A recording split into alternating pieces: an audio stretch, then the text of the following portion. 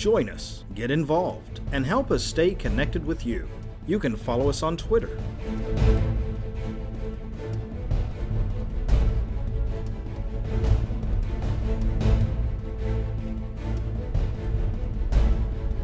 Like us on Facebook.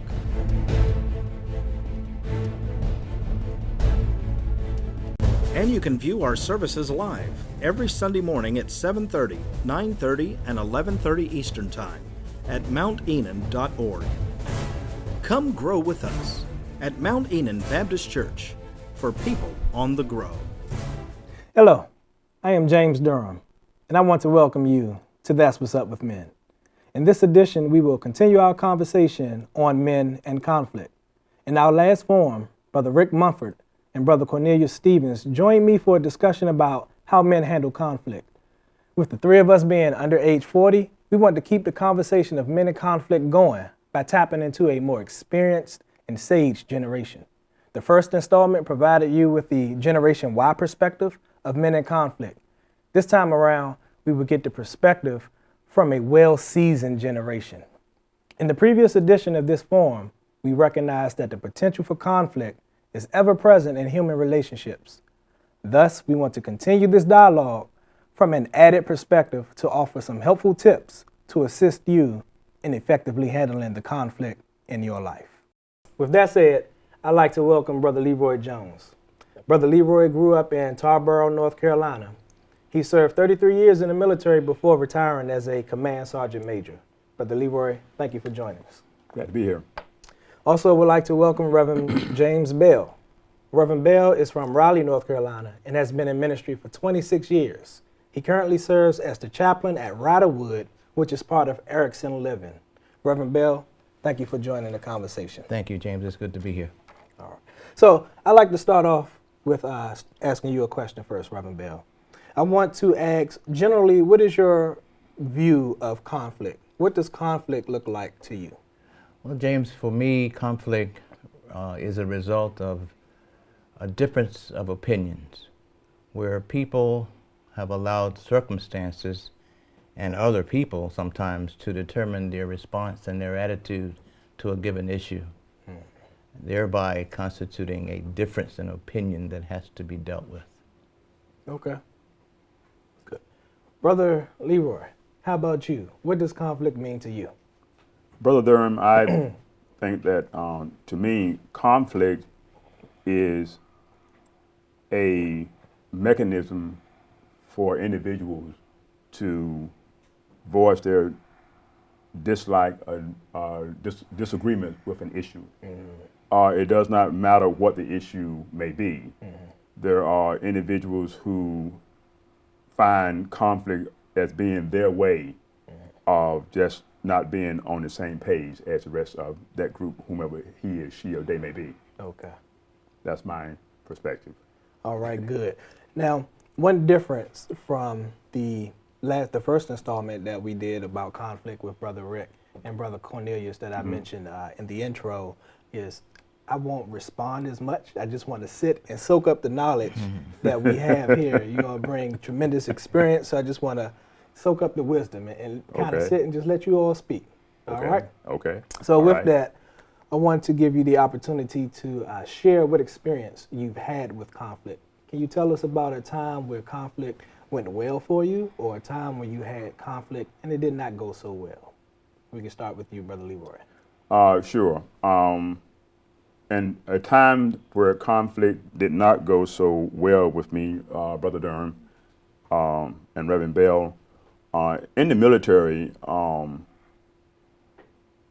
itself is a very, very complex organization. And as you rise from a private E1 on up the spectrum, the level of responsibility increases as well. Okay. And in that, you find along the way that you deal with situations that a lot of times come up unexpectedly that you have to deal with. And I need to digress just a second. One of the major issues for me reaching the command sergeant major rank, there was another individual there who felt that I was not eligible, nor was I qualified for the position. Not only that, the individual went so far as to redo or rewrite, in the military we call it a NCOER, a Non-Commissioned Officers Evaluation Report. And in that report there were some situations there that were not true. And as a result of that, we had to convene and have a board and go through this whole procedure. And naturally, the burden of proof was on me to show that the other individual allegations were not true. And surely I had all of my documentation. I had all of my witnesses there at this forum. And it just turned out that it was a situation where it didn't need to be, but because of the fact that the individual didn't particularly care so much for me as an individual, and I don't know if you recall one of Pastor Coates' sermons, but sometimes people have a tendency to dislike you just because. They don't have to have a reason.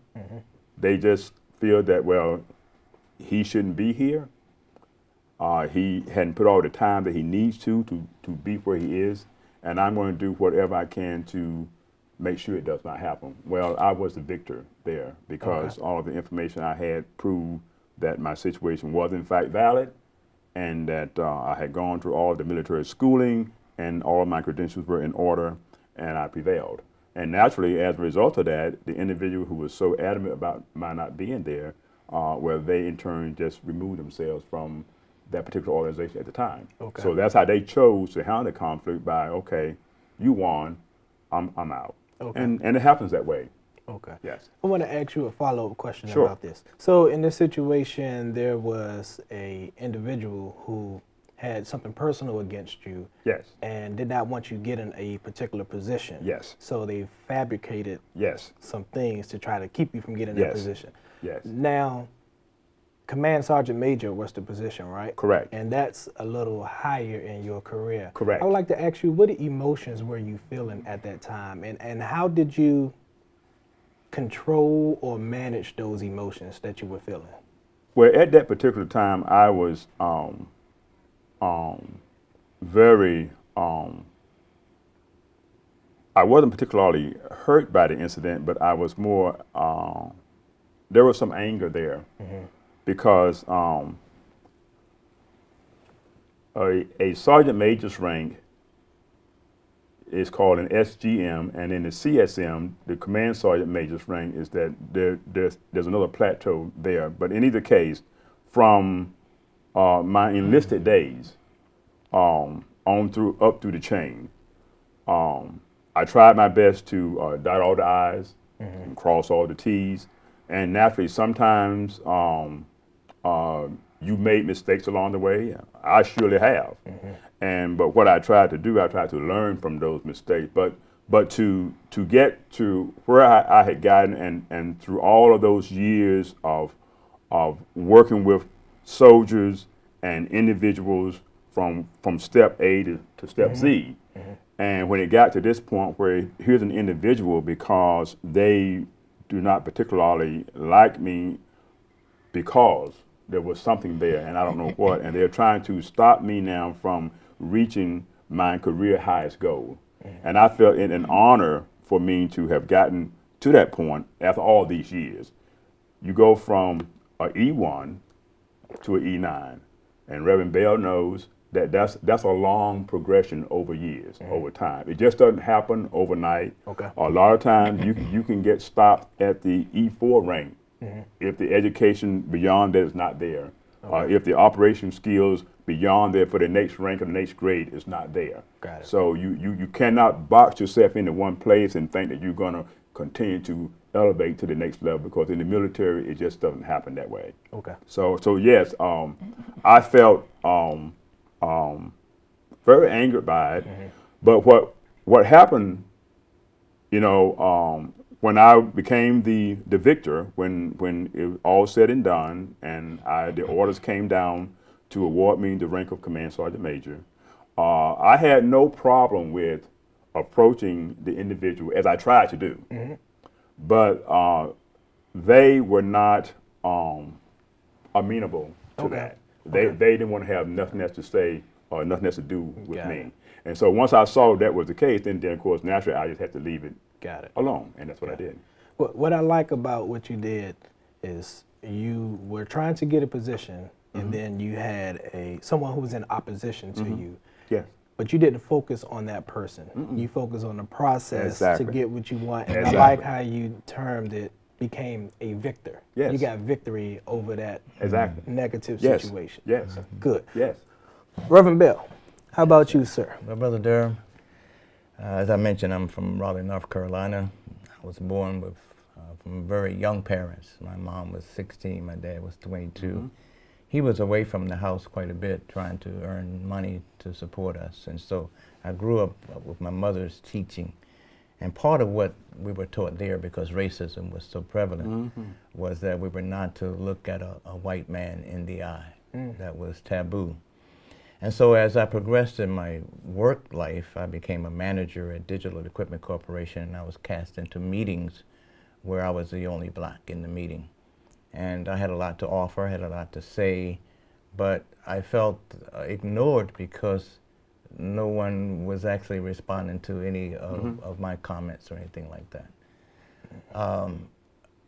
My manager, who was from Pittsburgh, I don't mind calling his name, was Ron Davis. He recognized that, and he sent me out to San Francisco to a seminar that was put on by Price Cobbs. He was a graduate of Howard University, and he wrote the book called Black Rage. What I haven't gotten out there was black managers from all over the country, and what they did was like put you on a bed and open you up and take out all the negative stuff and sew you back up and send you back to your hometown. And so that's what they did. So when I got back, I actually had to go through a process of learning how to look not only a white person, but anybody in the eye. And so what had happened was I started with their shoes, then I looked at their socks, I looked at the nose, and I was gradually able to look them in the eye. But I discovered that you can't look a person in both eyes at the same time. You got to pick an eye. That's right. You got to pick an eye. If you pick an eye, you can look until the cows come home. And of course, you know the cows never come home. Somebody's got to go get them. So that was a learning experience for me.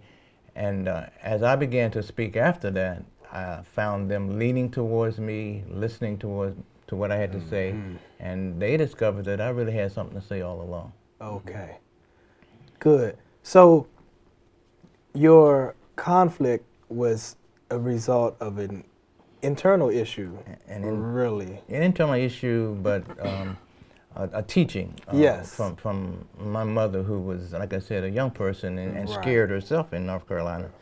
Right. If you might not, well, in Greensboro is where the Klan was originated, and so they were doing a lot of strange things back in 1941 to people. And so she was saying all these things to protect me, and it just festered. It just I grew up with it as part of who I became. Got it. And over time and over the years, you mentioned seasoned. You become seasoned. You know, it's not an automatic thing. Right. Bumps and bruises down the road will cause you to either learn some things and pick up some things and learn how to deal with conflict. I mentioned earlier about not allowing circumstances and people to dictate my response to things. Okay. And that has become a mantra for me in terms of how I manage things. Okay. We can talk a little bit more about that. Good. And so you were in a position where you can get some outside help, and you allowed that outside help to build you up so you can handle. Yes. Good. And that was really good. Along with that, I had to do some things for myself, like that would make me happy. Okay. One of the things was I bought a bass guitar. I learned a little bit how to play that. I went to the zoo, bought a cone of ice cream, walked around, looked at the animals. I did things that I could check off that was positive for me to build myself up. Good. Okay. So I'm going to stay with you with this next question before I get to Brother Leroy. What do you believe it takes for a man to be able to move forward when facing conflict? How do we get there? Well, first of all, I think a man has to look within himself to identify who he is. When I look at conflict, I see that there are possibly three responses to conflict. Okay. One, you can escape it, or you can become the peacemaker, or you can reach out and attack the person that you're in conflict with. And so the extreme of either one, the extreme of escape is suicide, where a person can't deal with it, and so they wind up killing themselves. And that's the extreme of escape. The extreme of attack would be murder, where the person gets rid of the conflict, gets rid of the person.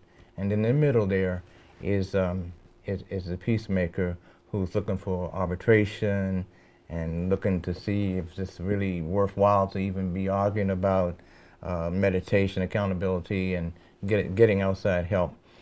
But I've learned to, having been walking with the Lord for a little while now, that I read a lot. And one of the books called The Peacemaker, he talks about 4 G's. And I think a man has to grasp a hold of these 4 G's. The first G is what I'm going to do going to bring glory? Is it going to glorify God? That's number 1. Is it going to glorify God?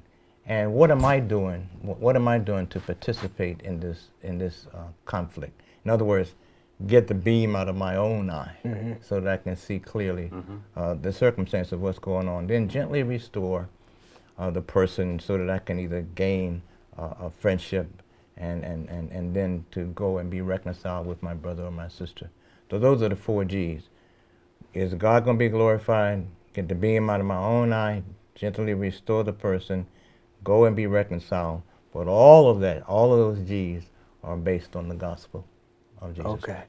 So you're saying it starts with an internal process within ourselves, because we have to figure out what does it take for God to be glorified in this situation. In order for that to happen, we then have to figure out what it's going to take from us in terms of our words and our behavior. And I think you're right there. It's an internal process by looking in the mirror, Right. you know, to see who I am, but taking a good look in the mirror, not just glancing and walking away. Yes. Because I want to really pinpoint my fault. Like I said, it takes 2 to tango. Yes. And so what am I doing that's lending itself to fostering conflict? Am I stopping it? Am I causing it to increase? And so yeah, it's some internal searching that I think every man has to do. Good. So every person, actually. All right. So to reiterate, if we are in conflict, whether it's someone who wronged us or it's us who wronged someone else, to start the resolution process is internal. We have to figure out changes that we can make. Got exactly. It. All right. So Brother Leroy, question Yes, sir. for you. Same question. What do you believe it takes for a man to be able to move forward when facing conflict? How do we get there? Personally, I feel that a man has to know, and I have to piggyback a bit with what Reverend Bill just said, a man has to know who he is first as a man. And a man also has to be able to recognize that because he is who he is, he's also not the perfect person himself. Okay. And that he has to face up to his own shortcomings. And I think that goes back to what you were saying, to look at himself internally or look at himself in the mirror. But by the same token, once a man can realize his own imperfections, if I can use that term, then I feel that he can then move forward in the resolution of conflict. It's too often time we're always so ready to point the fingers at, well, no, you wrong. Well, hold up, wait. Why is it that he's wrong? What did I do to cause it? And let me fix myself first, and let me get myself right, and then I can approach the conflict with an open mind. Okay. And take both sides, the pros and the cons. And that's how I feel like that a man can move forward. But you know, we as men, we can be a very stubborn individual at times, and nothing gets in here and nothing goes out of here. And when that happens, you might be just stop it all. Just stop the boat, get off, Right. and just start over. That's good. Okay. Good. So, Another piece of what you were saying, Brother Jones, is that I think that sometimes men, and I will say I'll take ownership for that too, is I look sometimes to the tension between being right all the time and opportunities to create a win-win situation. right. Sometimes, you know, as like you were saying, man, we want to be right. I know I'm right. I mean, come on now. I even know what you're getting ready to say. So we don't have to go there. But so there's always that tension, I think, and that's again looking internally to determine how can I use this conflict situation to grow and to use it as an opportunity to build the relationship with my wife or with colleagues, with coworkers, with church members. So I want to take this moment to speak to the viewers. So men out there who are watching, conflict, whether it is someone who wronged us or us wronging someone else, the resolution process always begins with us. It's an internal process, us taking a look at ourselves. What did we do to contribute to the situation? What ways can we change our behaviors? What ways can we adapt to make sure the relationship works a little better? So thus far, we've been looking at person-to-person conflict.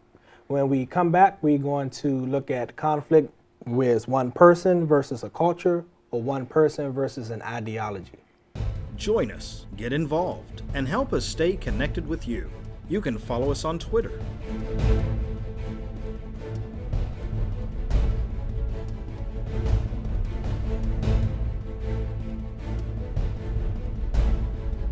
Like us on Facebook.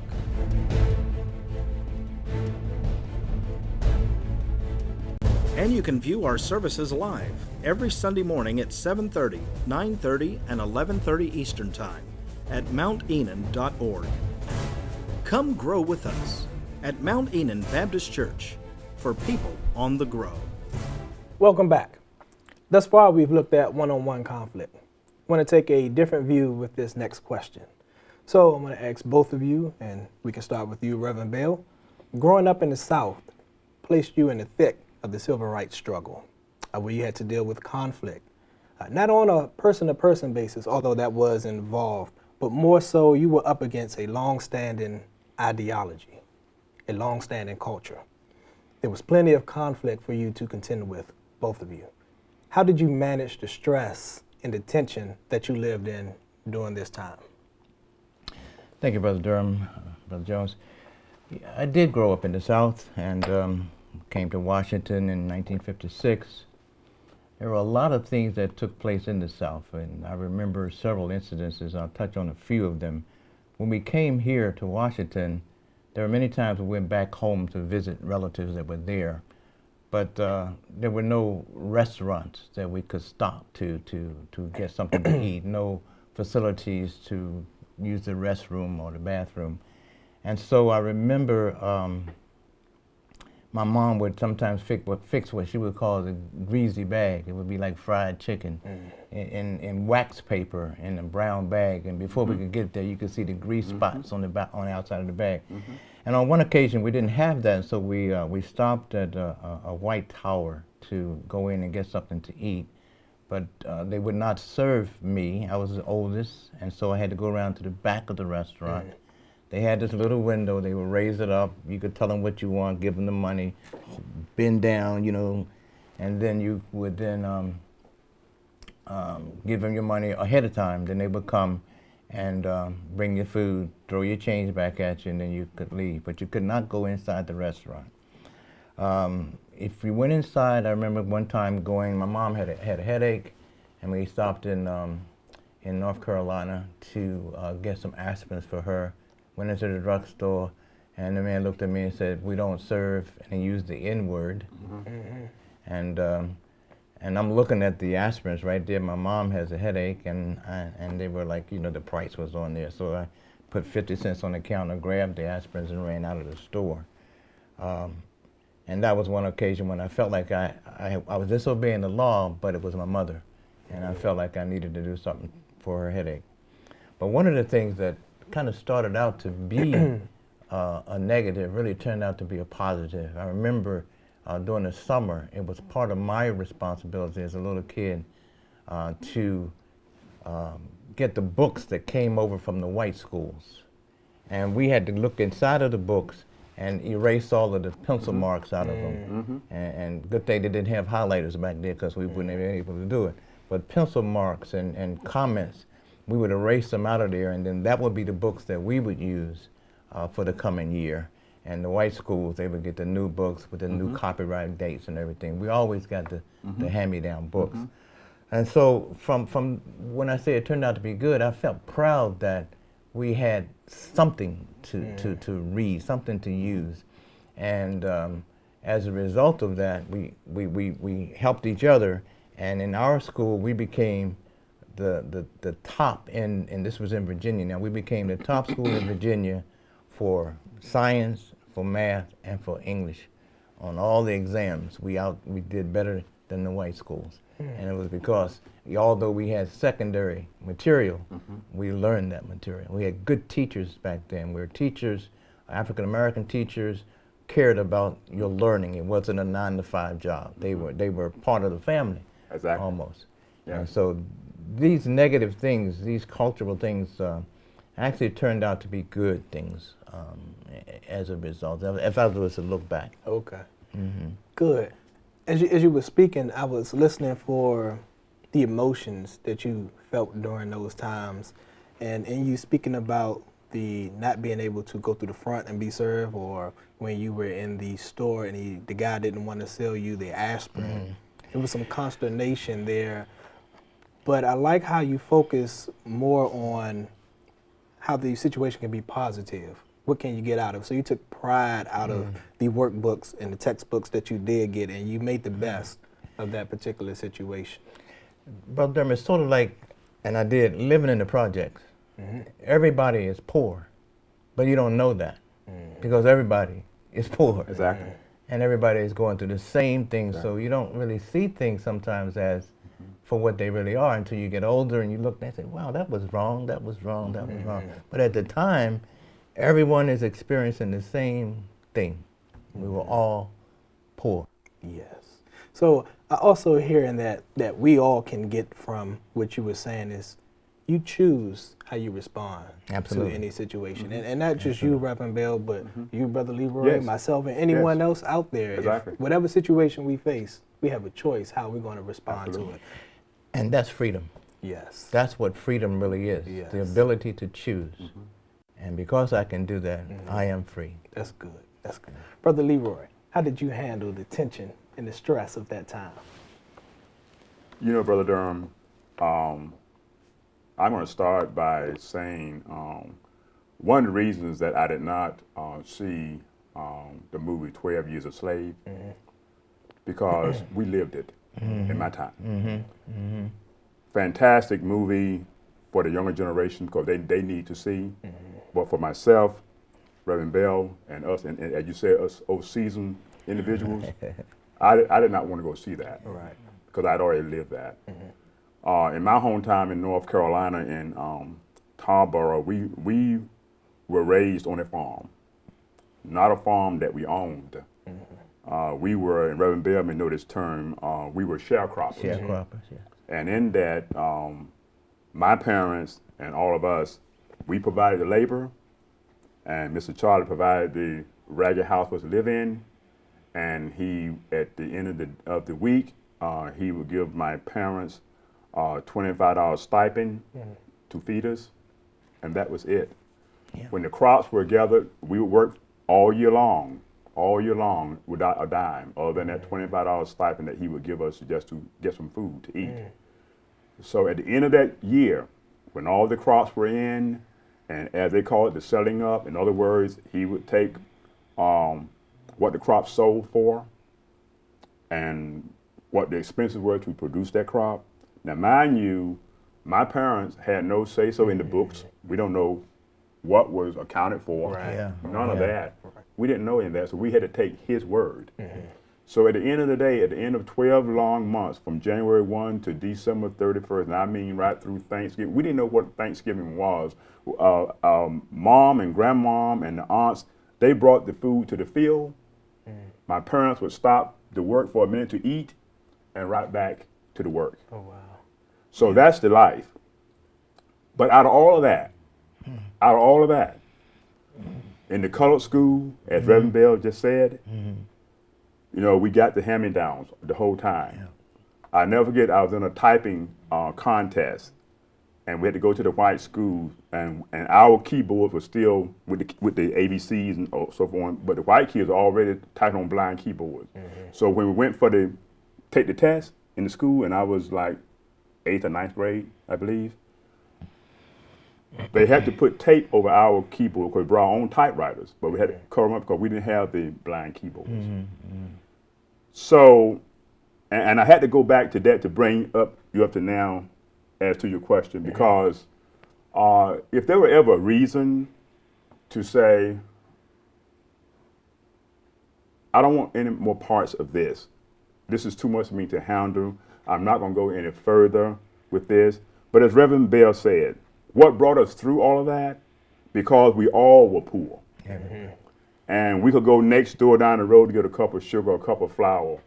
If the kids in school were acting up, it was okay for the neighbor down the street to spank them, you know, and get that discipline and for them to learn. And as we went through, and again, as Reverend Bell said, our teachers loved us. Integration on the one hand was good because it brought a lot to the forefront that we didn't have during the time. But on the other side of that, of integration, it was not good because some of our little black boys and black girls got lost in the shuffle. But when we had our black teachers there, they were with us 24/7, and they saw to it that we graduated and moved on. My guidance counselor came out to the farm one day and stopped my dad and said, look, Mr. Williams, Mr. Jones, Leroy is college material. You have got to let him get off this farm and go to this summer camp so that he can get down to A&T, because right now his grades are such that he needs to get this. But anyway, she came out there, left her desk, and came and. Yes. It's all right. I get emotional. It's all right. And it was hard.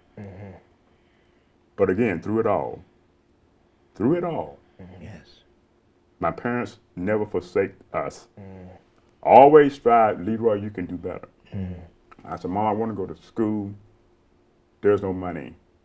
The very same Woolworth, the very same F.W. Woolworth in Greensboro, North Carolina that the sit-in started, I worked there as a busboy for 4 years, my freshman year through my senior year, to work my way through. And it grieved me so, and this was right before the sit-ins, with the Stoker Carmichaels and the Jesse Jacksons.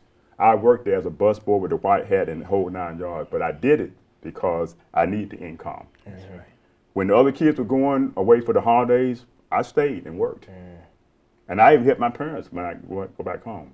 So, you know, and I look back there, as Reverend Bell said, I look back over it all now, and I'm a better human being for it. Yes. And I believe that because of what I went through, I can share that with others. And when you talk about conflict, oh Lord, there were just so many. We would be here all night during that era. Right. But when you can find the hope, when you can find that path out, when you can see the light at the end of that tunnel, you know that you're going to make it. And nothing succeeds like success. And once you wrap your arms around that, and then when you get closer, when you walk with God, as I have, and I thank Him. Yes. Hallelujah. We can just like say, God, you brought us through this. You told us you would never leave us. You would never forsake us. And now here we are. We are a better people. We are a proud black people from whence we've come. And yes, you deal with the frustration, the emotion. You go without the food, about all the clothes and this and that and the other. But back then, all we wanted to do was have a roof over our head, or some heat in the wintertime, and be to get outside and fan the flies away in the summer, and put on a nice clean T-shirt and a pair of jeans, and go about our business and play with the other kids in the neighborhood. And we were happy because that's all we knew. That's right. That's all we knew. Wow. So listen, let me stop there, but I don't know if I got to where you want me to be, but I can go further into that, but it's just made us all better people. And when people really realize where we come from, and everybody, I haven't sat down yet to start writing my book. Everybody else is writing a book. I'm gonna write one too, because I tell you, I've got something to say, and I can do it page by page. I want to tell my story because it needs to be heard. So That's gonna be the good. What a awesome testimony. I'll get to you. Just what an awesome testimony. I thank you for sharing it. What I heard in that got you through that particular situation is that you all had a strong sense of community. Yes. A strong sense of community and determination on your part. You didn't say, but I know that you graduated from college and then you went on to get a master's degree. Correct. So what an awesome testimony. Yeah. Thank you. And you were going to say, Reverend Bell? Another one of my proudest moments, I was 22 years old when they had the March on Washington. And I was able to attend that march when King had the speech, I Have a Dream speech. And that kind of solidified us as young black men at that time. Like I said, I was 22, but to come from working from, like you said, KNC to KNC, and then to be able to stand and hear King's speech, and then to witness Obama becoming a president of the United States. And these are hallmarks for us as a people, man, and you can't help but be proud. What disgusts me sometimes, though, and maybe it'll help with this being shown to some of the younger guys, is that I feel like some of the younger men are out of touch with our history, and if they really knew that we were from kings and queens in Africa, I think it would be less black-on-black crime, it would be less abuse of our women and our daughters and our mothers and our sisters. I just think that because of that there's a gap there in our history. The result is what we are into. Yes. It's critical that my generation and those younger than me, that we hear the history from you. Not just read a history book, not just see a movie, but to sit down and speak with you all and hear your individual story. So I thank you all for sharing, and I'm sure it's going to be many who view this content, they're going to be blessed by it. Thank you. So I want to read this next question to you, Brother Leroy. I'll ask you this question since you have a military background. Yes, sir. So I want to ask you, what codes or methods of handling conflict were instilled in you in the military that when you were outside the military culture, in the civilian world, that you either continued to use those codes and methods because they worked, or did you have to deconstruct them and change because those codes and methods were counterproductive to interpersonal relationships in the civilian world? That is a very, very interesting question, Brother Durham. And I must say that having been in the military for all of those years, there is a code of ethics that we abide by. And they all have to do with esprit de corps, looking out for your fellow soldiers, taking care of them while they're in battle, in civilian time or peace time. We have all of those codes that we have to live by, and I have taken those same codes out of the military right into my civilian life, and they have really helped me.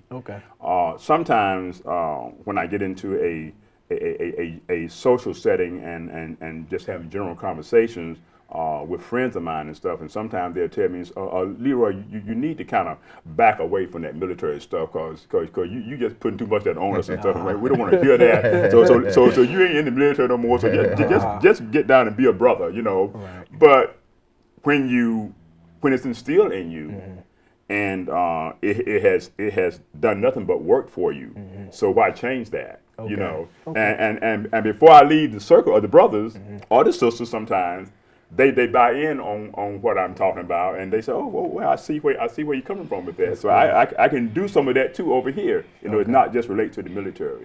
So I've been able to do that. I've been able to bring that from the military into my civilian life, and it works. It works. Good. I was curious if they carried over. Yes. So Reverend Bell, let's take another turn with this question. I want to ask you, given your background as a reverend, so many persons, as we come to believe in God, as we join the church, as we become active in the church, we can be surprised at the amount of conflict that's in the church.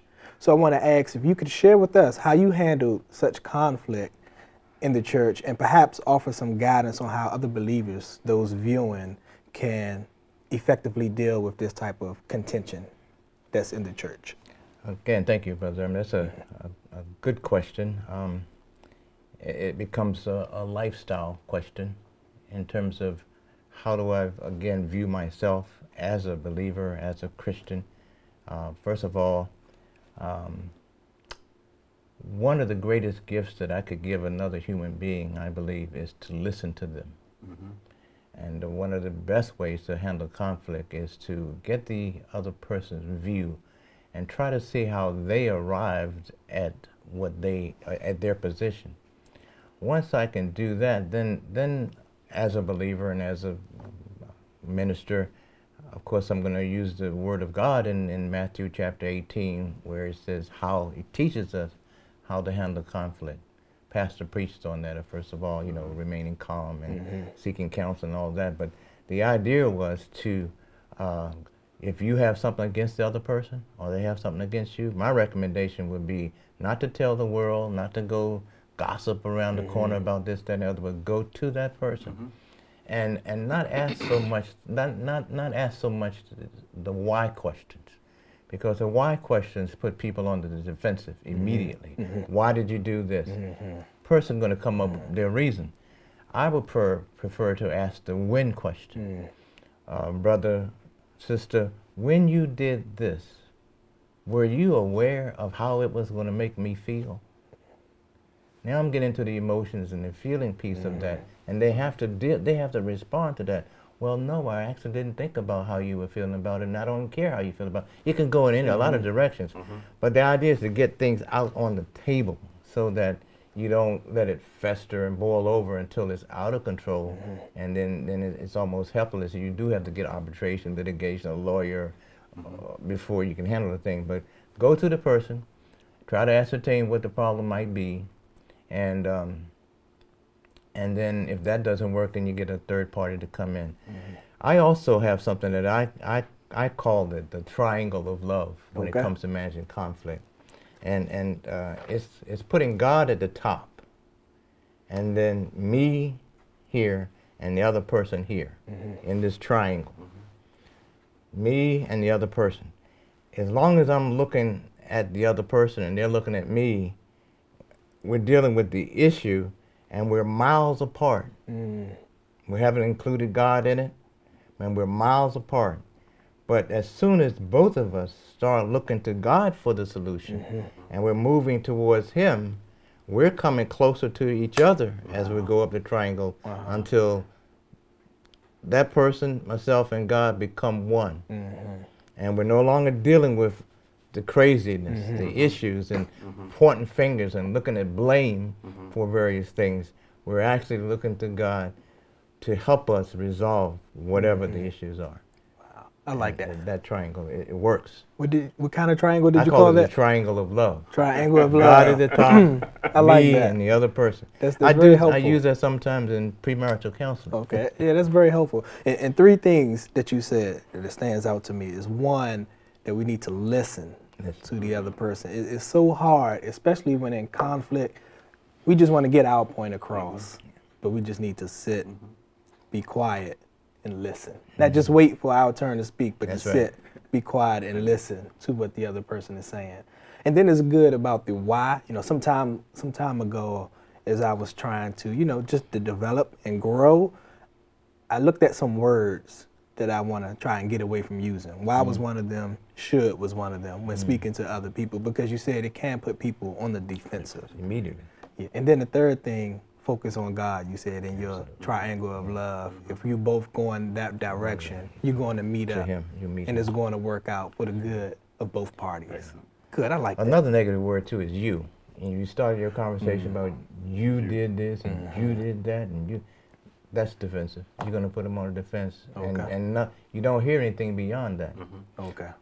And it's good to listen. I tell you, my wife and I came home one time and she was talking about taking the trash out, and that's all I heard, something about the trash. But she went on and was talking about something that, you know, what she really wanted was a hug from me. And so here I am all busy about taking the trash out, and she wanted a hug, man. I could have saved myself a trip.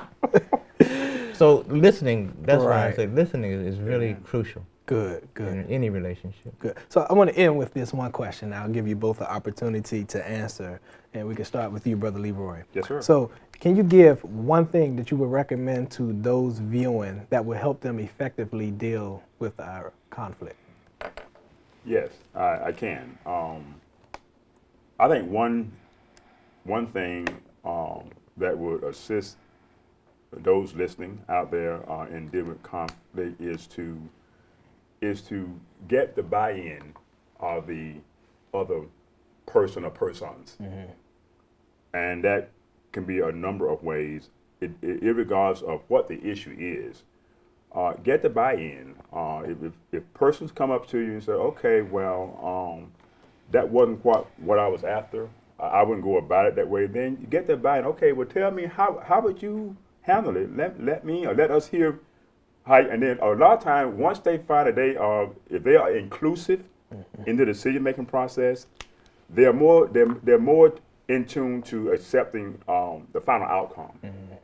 But if they feel like that decision was made totally without me, totally without my regards or what my concerns are, so I'm not hearing it, so I'm through. Y'all got that? You go ahead. But no. Come to the table. Here's the issue, and we are here. Now let's all put our thoughts on it. All of us, all, A-L-L, not Mary, Jane, and Dr. J.J. over here. No, everybody. And then when the final resolution is made, they can walk away from the table and say, okay, I had a part of that. Okay. I had a part of that, so I'm there. Good. Get the buy-in. Got it. Get the buy-in. Thank you, sir. How about you, Reverend Bill? Well, two things. I would say to the brothers and sisters, whoever may be listening to us today, is that to get to the point where you realize that you don't always have to be right.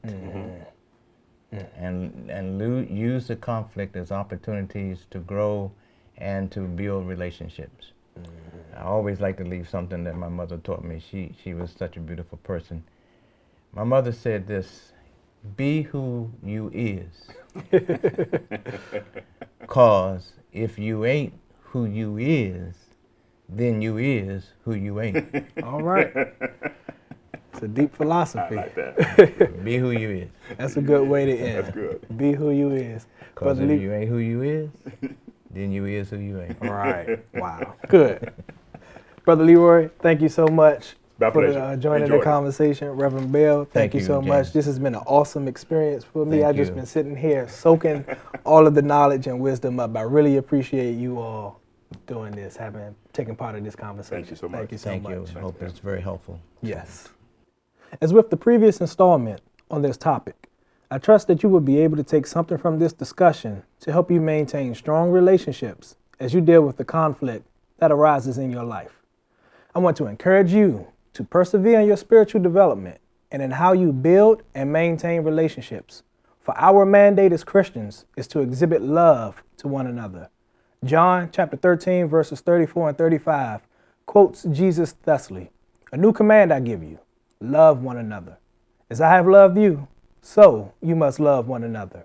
By this, all men will know that you are my disciples, if you love one another." Hey, I want to thank you for joining us, and we will see you next time for That's What's Up with Men. Join us, get involved, and help us stay connected with you. You can follow us on Twitter.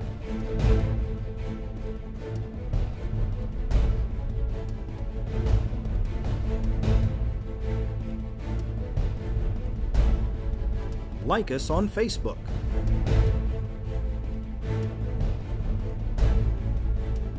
And you can view our services live every Sunday morning at 7:30, 9:30, and 11:30 Eastern Time at mountenon.org. Come grow with us at Mount Enon Baptist Church for people on the grow.